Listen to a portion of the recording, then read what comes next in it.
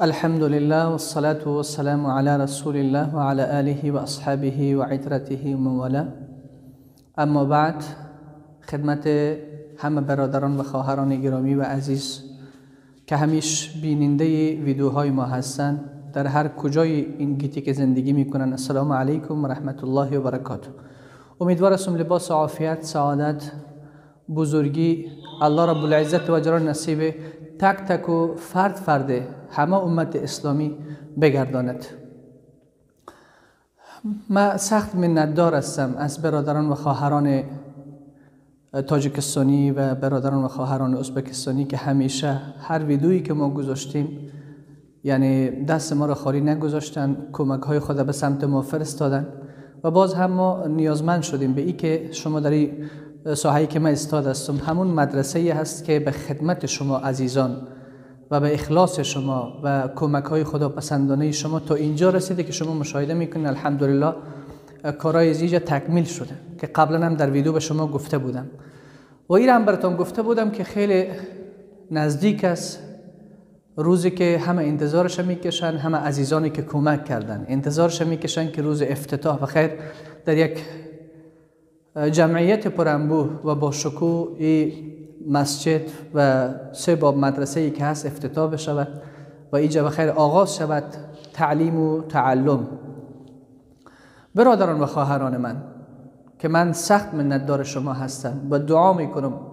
که الله رب العزت و جلال فرزندان صالح نصیب شما بگرداند و این خدماتی که شما کردین و صدقاتی که کردین و کمکی که برای پیشبرد دین الله و برای ساخت خانه الله انجام دادین، خداوند ذخیره برای آخرت شما بگرداند. این تعمیری که شما میبینین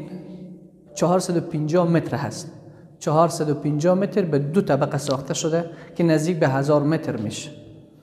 و این اتاق بندی است که 12 دانه اتاق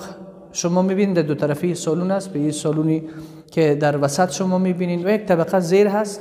که زیرخانه است، به همین مسابقه و هم ساخته شده که نیاز به فرش داره، نیاز به فرش داره که باید فرش شود و من نمیفهم که برادران و خواهران در تاجیکستان چی میگن، قالین میگن، فرش میگن. ما نیاز به فرش داریم، همین طبقه هم طبقه پایین و باز انشالله بعد از این که این انشالله فرش کردیم در ویدیوهای بعدی انشالله دیگه مدارس باز فرشش خدمت شما ویدیو میگذاریم و مسجد هم که بخیر ان قریب است که کارش تمام شد اونجا هم نیاز به فرش داریم و شاید کورپه و کورپچه هم ما نیاز داریم. به این مدرسه که شما میبینین کورپه و کورپچه هم نیاز داریم که طالبایی که اینجا درس میخوانن 200 یا بیشتر از 200 طالبی که اینجا جذب بشه نیاز به کورپه و کورپچه دارن. پس امیدوار هستم که باز هم کمکای خود به سمت ما بفرستین و ما بتوانیم که انشالله به طور درست و کامل این مدرسه را افتتاح بکنیم که هیچ نیازمندی دیگه برای این مدرسه باقی نماند. موفق و سربلند باشین. امیدوار هستم که الله جنت الفردوس نصیب تک تک و فرد شما بگرداند. نمبر کارت ما عزیزان و برادران عزیز و خواهران گرامی، من نمبر کارت ما تغییر کرده. نمبر کارت که عزیزا به ما کمک میفرستن 22 20 700 93 23 62 741 است که انشالله ما انتظار کمک های شما را میکشیم. الله رب العزت و الجلال به شما عزتمندی نصیب بگردانه. موفق و سربلند باشید.